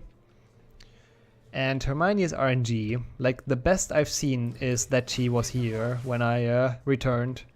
Now she's here, kinda. So it's RNG how fast she is. Sometimes you walk up to this point and then she catches up to you. But yeah, you just go back, look where she is, talk to her. Mission complete. Start to spam enter to enter the next set of missions that follows now. Maybe Ron can still find us if he comes back soon. So yeah, just spam enter. And that's it. Okay, here we are at the next mission. Nothing really too much going on here. Like, my general strategy is just confront one of them. You should probably do that for most cells. You can probably get away with not confronting them like once or twice, but they actually do a lot of damage, and you don't want to die here because you don't have a single checkpoint in the whole mission. So if you do die, you have to replay it from the beginning. So just play it safe. Confront them. Sometimes Harry aims at really weird stuff. There's no one in here. They're only in like the golden doors. But sometimes Harry aims at like a table or something, and you can get problems from that. But like, it is super straightforward. I'll probably skip the rest of this mission. Oh yeah, by the way, all you have to do is go in a circle, by the way. Never go like in the middle or anything. And we spam enter, and that's the whole mission. It's really simple. So this can be confusing when it comes to which path to choose. So you don't take this one. What did I do? I apparently messed up. Yeah, you take this one. I thought it would be like the one you don't take. Where's that one actually? Wait, I'm super confused. Don't mind me. But yeah, you take the one path you can apparently. And then don't go left here. That's where the collectibles. Now I know where we are. At the first person you see, like straight ahead, just go right. You will learn that after playing it once or twice at max. It's not too hard, but just kind of getting used to it. Could be a small maze at the beginning, so that's why I show the entirety of it. That guy has Expelliarmus. I don't know where he is, but he should be there soon. Yep. So make sure to dodge that, kill him. Just run off in the dark. Whoop. He has Expelliarmus as well. I didn't kill him, but it's fine. Make sure to collect this person or to free this person, because she's like in a really bad spot for you to see sometimes. So just remember it and then head left, keep left, and yeah, that's it. This path leads to the last person, and this is like a really easy mission. Don't kill anyone. I mean, kill the Expelliarmus guy, but that's all. You can collect all of those thingies here. Sometimes they're actually useful. Like that, exploding potion. I take that one. And yeah, the next one, that's just a really big battle royal. The only thing you have to do here is basically kill them, and kill those first, because all the ones that spawn up here, up here, up here, up here, they all have Expelliarmus. So make sure to kill them once they spawn. But yeah, the rest is just killing Death Eaters.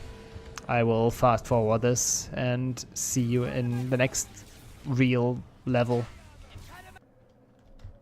Okay, we're back with something that's not a mission. Sadly, it's not really a great level either. We just head down the main road, don't care about anything until we come to the final part.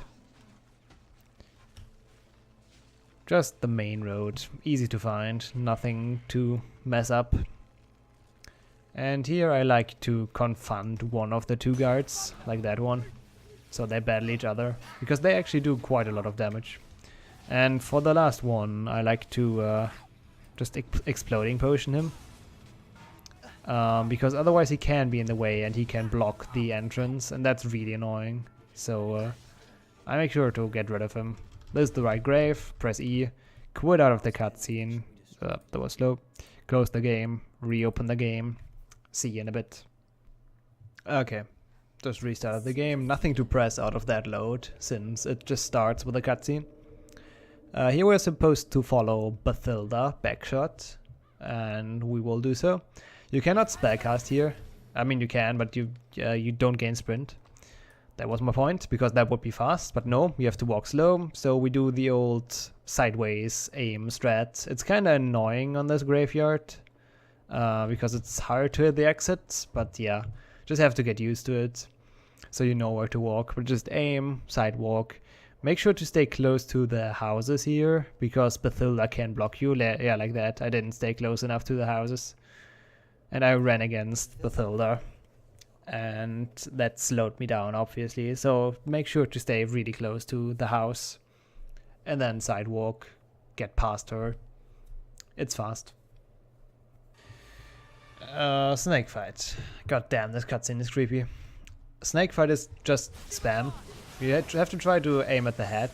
Don't try to right click, just do it like without the right click aim help, because it won't help you much. It will only zoom in and make it harder. But yeah. Just try to trace the head, spam left click, and you should be fine. It's worth noticing or noting that your health is preserved between the waves, basically. So if you get hit twice between the first wave, your life is down a bit. So you really don't want to get hit a lot of times, but it's not really like about you. Sometimes the snake just does what it wants, and it's sometimes hard to hit it. But yeah, just try to aim at the head as good as you can, and try to land as many hits as you can. It has 5 stages or something. Yeah, 5 I think. So I would just skip until we enter the next level, because there's really nothing to it. I have to correct myself. It's only 4 waves, but who cares really. And where am I? I'm off to the next set of missions. You try to, like, it's really confusing the start. You try to keep your eyes open for this ice or for this lake that is frozen. And then just don't care about people, as always. Go over here. It's a pretty short level, I think. I just don't cut it, since it's kind of interesting where the Muggleborns are, I guess. If you've never played the game before, you don't know. And it's actually possible to miss one, I think. But most of those missions are just either running and dodging or just killing people. And this one is just running and dodging and freeing Muggleborn. Also this turn, there's like a Confringo behind it. Make sure to stay like away from it a bit, so you don't knock yourself down, but that counts for all Confringos. You can aim at that guy, it will still work. Just always stay away from stuff, you Confringo. But yeah, first Muggleborn. Second Muggleborn. That guy has Expelliarmus, so better kill him. Third one. And the last one is on the other side of the bridge. I wanted to kill her because she has Expelliarmus. Okay, she missed. Nice. Easy mission. Completed really fast. No problem. Next one is the worst. So there's not much to it. The first is you have to throw a potion to explode all of them. That is like the only strat we have. And what you shouldn't do is to go out too far, because that spawns in Fury. It's the same on both sides, so don't go out too far on that side, and also don't go out too far on this side, because they are really annoying. As you see, I try to aim at the people and I aim at the Fury, so they are really messing me over, and they don't do much else except a bit of damage. But if I want to aim at that witch, for example, like, it takes me so long because I aim at 2 or 3 Fury at the same time. So just stay inside of this ruin and don't go out too far, don't let them spawn, and you don't have any problems, because the trigger is like outside, as you saw when they spawned. I get killed and I skip the part because it's literally just killing people for a long while. It's a really dumb section. Okay, last mission. It's kind of the same like we had before, like the ministry mission. Wow, I didn't think he would aim at me. But yeah, just Confondo people, run around. I can show off the route actually. Just follow that one. Start off with that one. It's like really out of the way, and I don't know, for some reason, really annoying to get.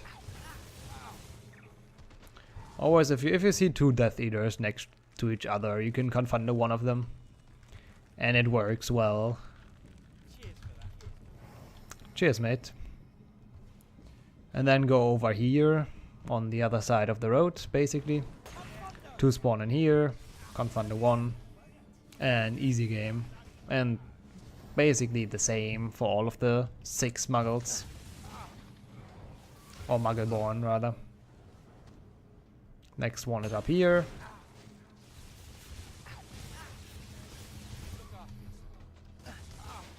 Make sure to not die as well, though, because it will make you replay the entire mission. Killing that one is also kinda important, because Expelliarmus, I think he has it at least. I'm not entirely sure actually. Second to last. He has it, probably. But I don't think he... Okay, he does hit us, fair enough. It's fine though.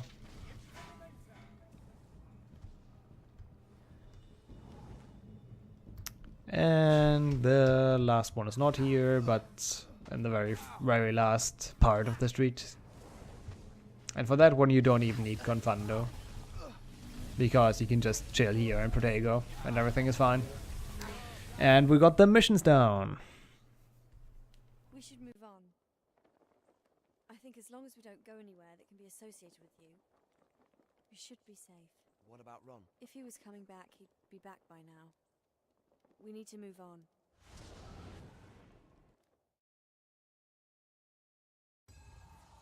Forest of Dean. The Forest of Dean indeed. Another level that's like really not that spectacular. There's not much to do except like at the very beginning. But yeah, we will follow the Silver Doe basically. Snape's Patronus throughout the entire level, at least the first half of it.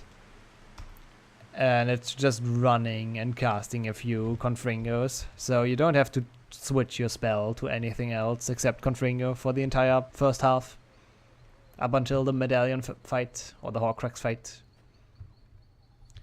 There it is, the Silver Doe. So the only hard part in the entire first act, or not even hard, but the only thing you have to look out for is to not shoot the doe here, because it has collision. As you can see, I can shoot it. Probably easier to show with that one.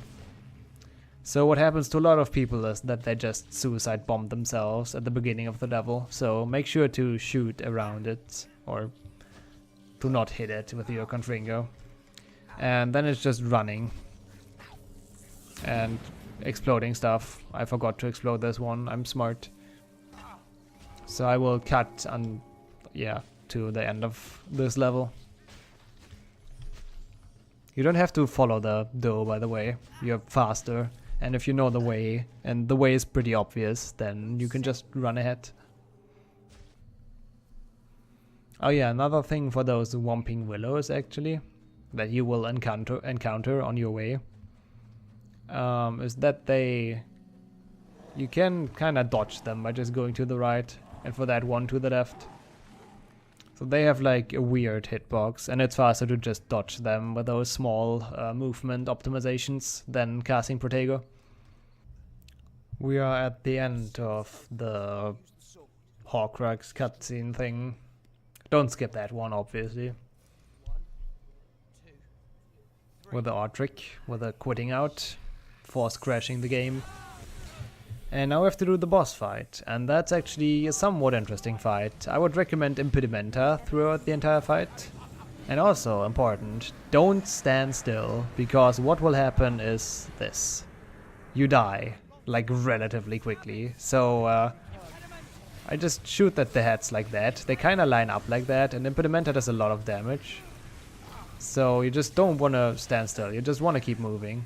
Like that. I just paused right now, so you go into that angle, so you line them up, because that gets all of them in a good line. And Impedimenta is like this spell, so it does a lot. Some people prefer Expulso, which is... Where is Expulso? Do I not have it? There it is. Which is this one. I am not sure if there's a difference. I think Expulso is weaker. So that's why I prefer Impedimenta, because it one-hits the snake heads, as you can see. Oh my god, I just did it and then I failed it. Whatever. I can show it off again. So yeah, keep them in one line, kill most of them, and then go over here, keep them in one line, kill most of them. Always keep moving. If you don't get all of them in one cycle, just go back like I just do, and yeah. Kill all of the snake heads. That's all that counts. The spiders don't count, nothing else counts, just the snakes, and you have to hit them at the head. Also, this cutscene we quit out of. So don't watch it as far as I did watch it, but yeah. Was explaining something else. Okay, we are back. So right after you got into the game again, hold W and sprint. We are used to that. To sprint out of the load. And this is the fourth out of bounds you can do, counting the hard one that I don't do in my runs. And it will happen on this rock. What I would like recommend is killing those pixies before, because they can get really annoying, especially if you don't get it first try. So this rock has kinda weird collision as well. As you see, if I turn, I can just walk up here, and that is if you do it slow. You just go like this, turn your mouse to the right. You will, whoops, that didn't work. But you will most of the time just walk up there. Can't even do it slow. It's easier faster, trust me. But that's the general idea. And if you sprint and do that, Harry just gets up there. Eventually. It's not really hard, you just have to get a feel for it. You don't really need a setup for it. Just have to walk up. And once he clips up, just press left. And then he's on the rock. That's like the easy part. Run up the slope as far as you can. Turn right. He will get up. Like this. Just a few tries, a little bit of practice, and I mean, as you can see, it's not really consistent, but it shouldn't take too long until he gets up. There we go. So that's the first part of the out of bounds. As you can see, if I go here, we just... Wait, that works? That is so much easier. Are you fucking kidding me? Or are we not high enough? Wait, wait, what? That is so much easier if that's consistent. I just found a new strat for that. I just wanted to showcase that if we walk off, we will clip down, which is apparently not the case. Because what we used to do, get up there, is using this branch, basically, because it goes into the path. So if we walk over the branch, not like this, that's why it's harder. Like, it's a really specific angle that you kind of have to learn for yourself. It's not really a good setup for it, but kind of like this, looking into the path. But then it should just work. So you try to walk on the branch into the mid-air, basically. So Harry clips up. I'm just messing it up right now, like big time. But maybe we don't need to do that anymore soon. There we go. So we walked over the branch and now we're flying as well. But if that works, what I just discovered on accident, it's way easier. You just get on the rock and turn towards the path and run off. Why did that not work this time? Great tutorial, I know, but I just found that. I'm not sure why. Maybe I did it from a different part? Oh yeah, from that one. Okay, so make sure once you're on the rock to walk off, like off this edge, basically. This one. Walk off in like whatever angle, I think, yeah. And that works.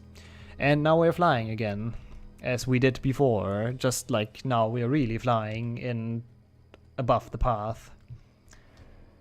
And getting through those trees can be quite tricky. The first one is not. This one can be.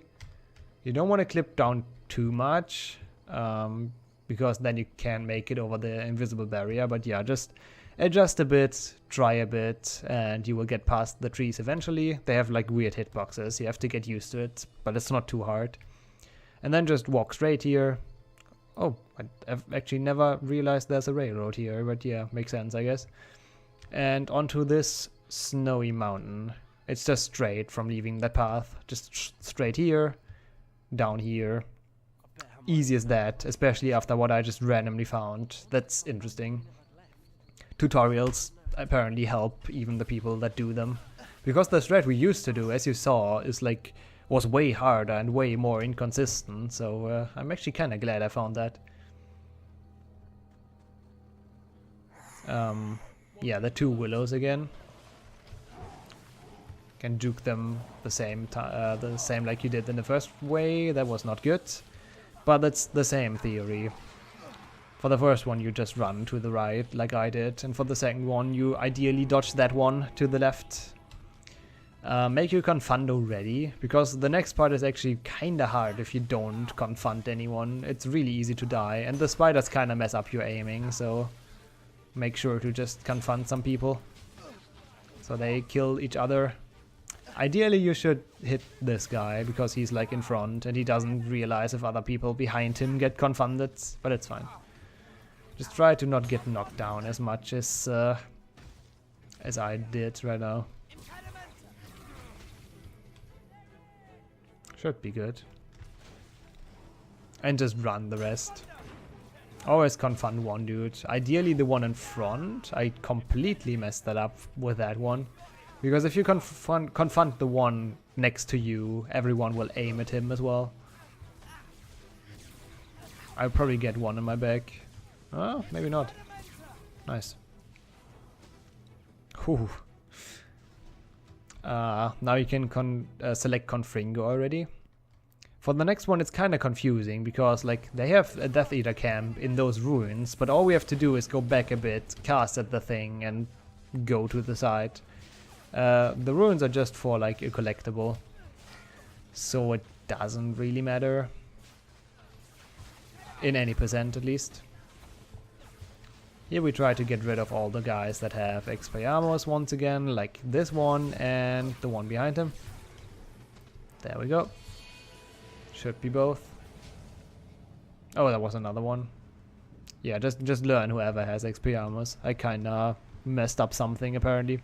I thought I killed both. I'm pretty sure it's only two. I just apparently got a random guy. But that's all there is for Rescue Ron. We quit out of this cutscene again, and yeah. The Lovegoods live over there. Next mission, the Lovegoods. You can run a bit before that cutscene starts. I just didn't because I did set up stuff. But yeah, you can run a bit to the left before this epic cutscene starts. Lovegoods is a pretty simple level as well, at least the start of it. You just run. You have pixies and dementors as your opponents. I'd like to throw around some Doxycyte potions just to make sure they don't block me, because it can maybe I can show it off actually. Can happen. Yeah, like that. That is perfect. That can happen. So I like to throw some potions in advance to prevent getting stuck. It's probably about the same time loss than it is a time save, so you don't really have to do that. Depends on preference, I guess. Here we have Dementors. Also something interesting to notice about the stones in this level. About some of them at least, not all of them. But the ones we see up here, we don't even have to confringo them. Because they have like a weird hitbox. So if you go here, it's not really an out of bounds, but if you do it like that and then a bit to the right, just walk against that. I don't think I can go back. But just like I did, walk against that, go a bit to the right and you clip over. It's like, it's not even hard. And ideally doing that while sprinting to make it a bit harder, a bit faster. So we have this maze here now. The ideal way is kinda hard to find, I guess, but it's always like to your left, I think. Yeah, I think always left and you find it. Or just whatever I did and you find it as well. That's the shortest path through this small labyrinth or small maze, however you want to call it. And the rest is really just straightforward running up to the Lovegood's house. I think I will cut that out as well.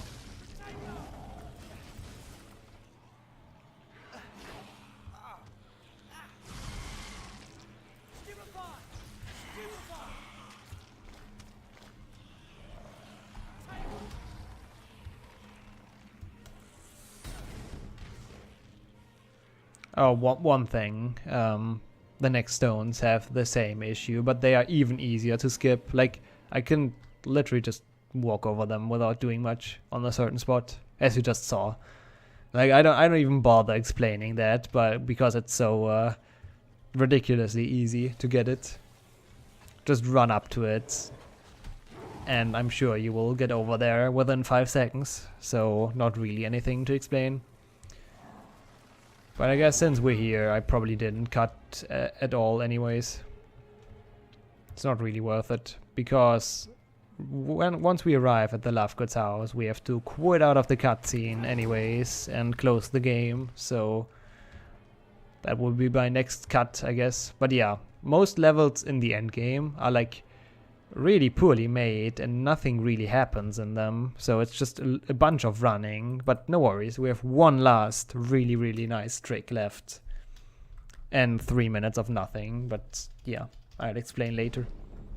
After reloading your game, after the cutscene, we're inside of the Lovegood's house. He kinda trapped us, and as the text says on the top of your screen, we have to survive 3 stages of Death Eater attacks, and that equals 3 minutes. But we don't really have to do anything. It's literally 3 minutes of nothing. You can just walk around, whatever, look out of the window. Doesn't really matter. You can trigger this cutscene. Wait, did he just flick me off? The guy on the broomstick? What the fuck? But yeah, you can just do whatever you want. I like to be the box in this section, because being the box is fun. But yeah, just make sure you don't die. I don't even know if that's possible, but yeah, make sure you don't die, and everything else is just easy. Oh, there we go. Yep, kinda. Come on, I just want to be the box. There we go. I guess that counts, right? Hey Ron, don't question what I'm doing. But yeah, have fun for 3 minutes. Go to the toilet, grab something to eat, to drink, whatever, be the box. Do what you like, really. It doesn't matter. Just don't die. And we're finally done with the big battle. That was just waiting for 3 minutes, but hey. And we're off to my favorite trick. And it's kind of important to do like exactly like I do it. You have to kill this guy twice, because he has Confringo and he respawns. Oh my god, that was close. And then you want to, don't do that. You want to Confundo him, and that, what is this? That's not good. And this switch. And then what I do is like just darkness powder here. That's not needed, but it helps. You walk up the wall and don't clip down. I'll probably kill all of them actually to show it off as a tutorial. That's how it should not look if you do it, I guess, in a run. Okay, but here. That's how it should hopefully look in a run. It's a pretty finicky. I mean, it's not really hard out of bounds, but what makes it hard are the Death Eaters walking around you and shooting you with their shit. But yeah, Confundo those two. Darkness powder here. As I said, not needed, but I like it. Then we walk up the thing and aim like here and Confringo ourselves, and that is enough to let us be out of bounds. I like to put down another darkness powder, also not needed. Wow, that was a nice snipe. But it just gives me like this false sense of security. Don't you dare killing me. And I kill that girl. Actually, it's okay if they kill me, because I want to show it off like as a tutorial. I hope I can get big down. Okay, I think they just actually infinitely respawn. Yep, they do. Wow, that's stupid. Who thought about that? I mean, I knew this game is terrible, but really, never-ending waves? I guess that's as clear as I can get it. Maybe not. Maybe after I kill that one. Oh, come on, stop. Really, it's not fun anymore. I just want to do the trick. Guys. Just chill, okay? Thank you. So, the basic idea. You have your spell, you aim kinda next to the stairs, like super close to it, like this. And then you just walk up. It might take some tries. Did I really clear it now? Nice. After complaining about it. So now we don't even have to rush it. So it might take a bit to get used to it. I don't recommend killing all of those. That took fucking forever. I thought it would never end, actually. So in a speedrun you have to do it fast, like I showed earlier, with the strat I showed earlier, confunding the people. But yeah, the out of bounds itself is super simple. Just aim a little bit next to the, I call it stairs. It's a wall, I guess.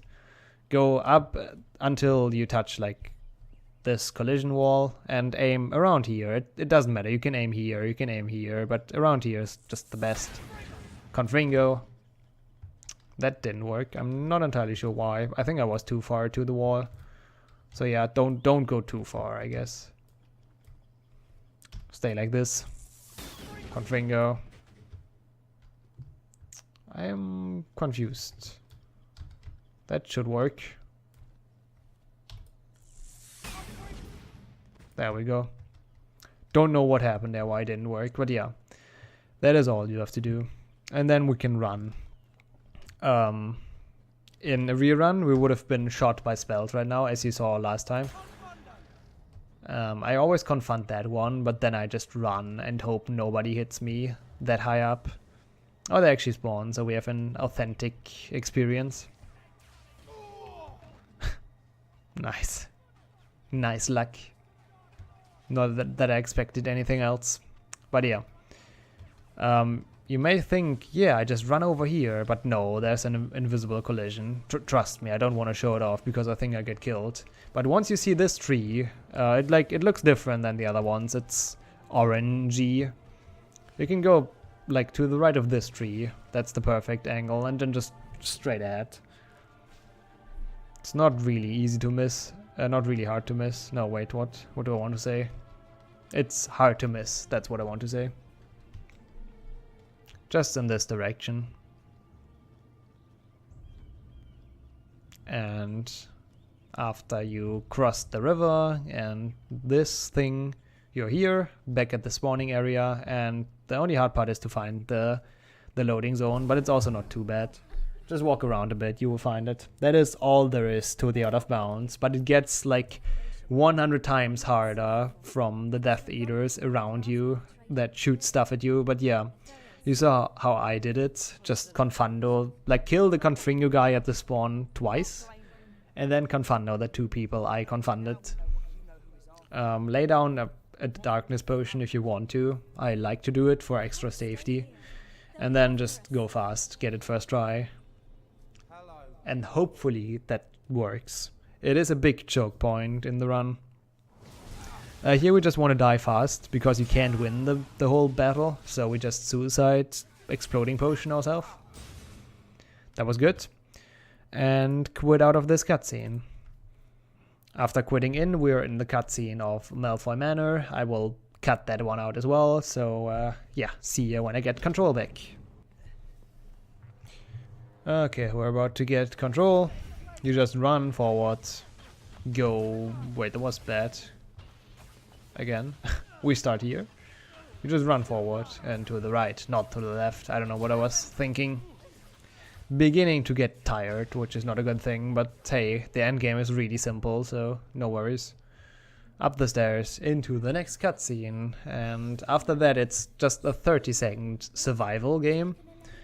The final cutscene, and that's where time is, triggers after you survived 30 seconds against the 3 Malfoys and Bellatrix. The easiest way to do that is just Confundo all of them, in my opinion. That's what I use. It's pretty free that way. Poor Hermione, by the way. But yeah, just Confundo all of them. And they will not do anything, or just fight one person if you want to. Other strat is to stand behind this pillar. Like this, kinda. And they will not be able to hit you, ideally. Yeah, Draco is, though. So that's not good. But it's still, like, they don't even do that much damage, so you can basically just stand behind the pillar and it should be fine. She is doing some damage. Just do the Confundo strat. But both should work, and it's, like, super simple. And that's where time would be the moment the Chandelier falls. And that's it. That is any percent for you. I hope I explained the stuff well enough.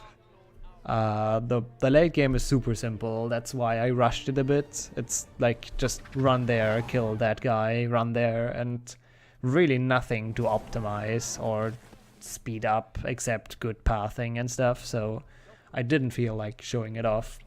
Rip Dobby, and yeah, have fun learning and running the game.